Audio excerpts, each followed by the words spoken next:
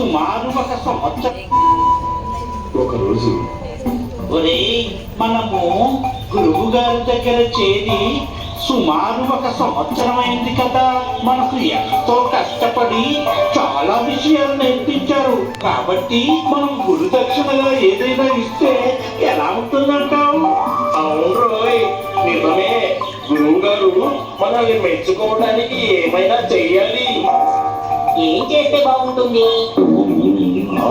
ఏదైనా ఒక మంచి బొమ్మ తిద్దాం. భైరవుడి ఆలోచన బాగుంది, కానీ ఏమిస్తే బాగుంటుందంటావు? ఆగండిరా, నేను చెప్తాను. నాకు మంచి ఆలోచన వచ్చింది. అది ఒక చేతి కర్ర కొనిద్దాం, సరేనా? నీ మొహం, నీకు మతిమరుపు చాలా ఎక్కువైనట్టుందిరా. గురువు గారికి ఇది వరకే చేతికర ఉందిగా. పోనీ ఒక మంచి శాలువా కొనిద్దాం. ఏడిశాం.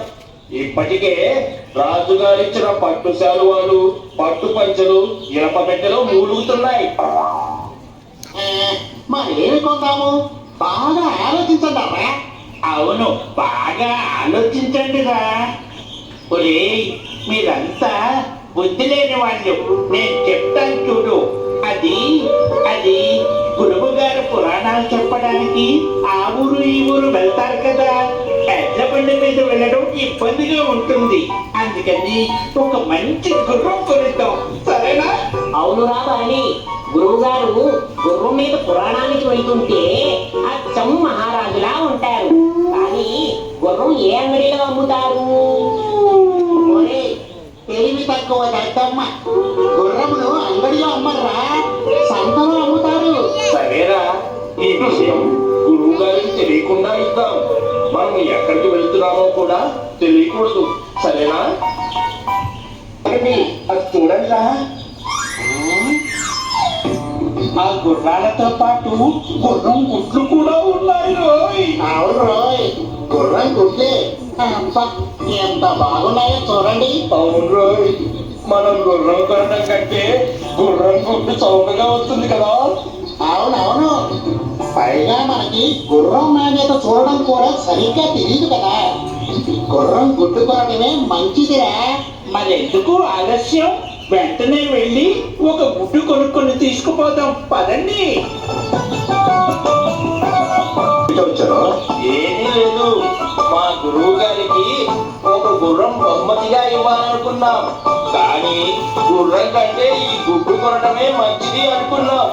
ఏమేం వెర్రి వాళ్ళ కాదు, నువ్వు ధర ఎక్కువ చెప్తే కొనకుండా వెళ్ళిపోతావు. కాబట్టి దీని ధర ఎంతో ఖచ్చితంగా చెప్పు. ఓహో, అయితే ఈ గుమ్మడికాయలు చూసి గుర్రం గుడ్డు అనుకుంటున్నారు ఈ వెర్రి వాళ్ళు. పిల్లలు బాగా పోత కొట్టించచ్చు. ఏంటి ఆలోచిస్తున్నావు? మమ్మల్ని ఎలా మోసం చేయాలన్నా మేమంత సులువుగా మోసపోం. అయ్యయ్యో, ఎంత మాట వాళ్ళు. గుర్రానికి బదులు గుర్రం గుడ్డు కొనుక్కెళ్ళాలనుకున్న మీ చెల్లిని చూసి ఇంత గొప్ప మేధావుల ఎదురుగా ఎలా మాట్లాడాలో తెలియక తికమక పడుతున్నానంతే. చూసావరా, మనం ఎంత మేధావులమో అతనికి బాగా అర్థమయ్యింది. చెప్పు, ఎంత ఇమ్మంటావు? మీకు తెలియదే ఉంది స్వాములో. ఒక్క 20 వరాలు ఇచ్చి మీకు నచ్చిన గుడ్డు తీసుకెళ్ళండి. ఇదిగో 20 వరహాలు. మమ్మల్ని మోసం చేయాలని చూడకు. నువ్వే ఒక అందమైన మంచి గుడ్డు తీసివు, సరేనా? మంచి గుడ్డు మాకు బాగా నచ్చింది. కానీ ఒక్క విషయం స్వాములో, ఈ గుడ్డును జాగ్రత్తగా పట్టుకెళ్ళండి.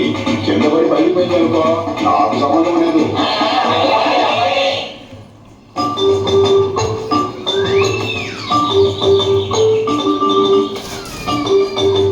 మనకు అదృష్టవశాత్తు గుర్రం కోసం పోతే చౌకగా గుర్రం గుడ్డు దొరికింది.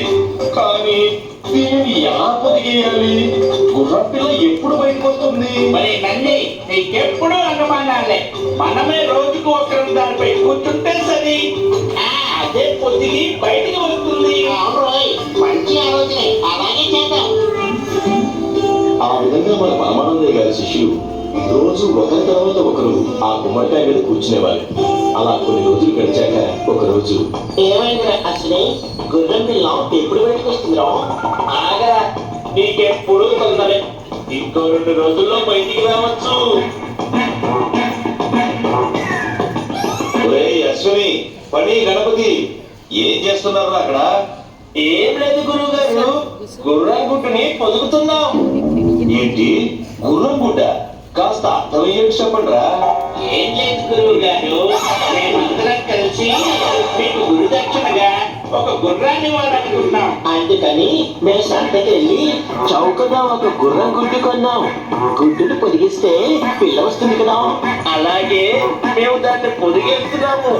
ఆ విధంగా వచ్చిన గుర్రాన్ని మీకు గురుదక్షిణగా ఇవ్వాలనుకున్నాం. ఏడిశారు. అది గుర్రం గుడ్డు కాదురా, గుమ్మడికాయ. మనం భోజనంలో కూరగా వాడతాం. అసలు గుర్రానికి గుడ్డంటూ ఏమీ ఉండదు. మిమ్మల్ని మోసం చేశారు. ఎంతటి అమాయకుడురా మీరు. భగవంతుడా, నీవే వారికి దారి చూపాలి. అయినా ఇంకా ఎన్నాళ్ళంటే వెళతో వేగడం. వాళ్ళు చాలా అమాయకులే ఆనందం. వాళ్ళకు మనం కాక ఎవరున్నారు చెప్పు. బుద్ధిహీనుడని వాళ్ళని చిన్న చూపు చూడకు.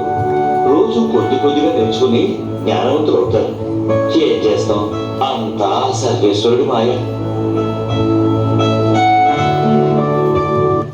ఎంత అజ్ఞానులకైనా సాధన చేయడం ద్వారా ఏదో ఒకరోజు జ్ఞానవంతులు అవుతారని తెలియజేస్తూ జై సాయిరాం.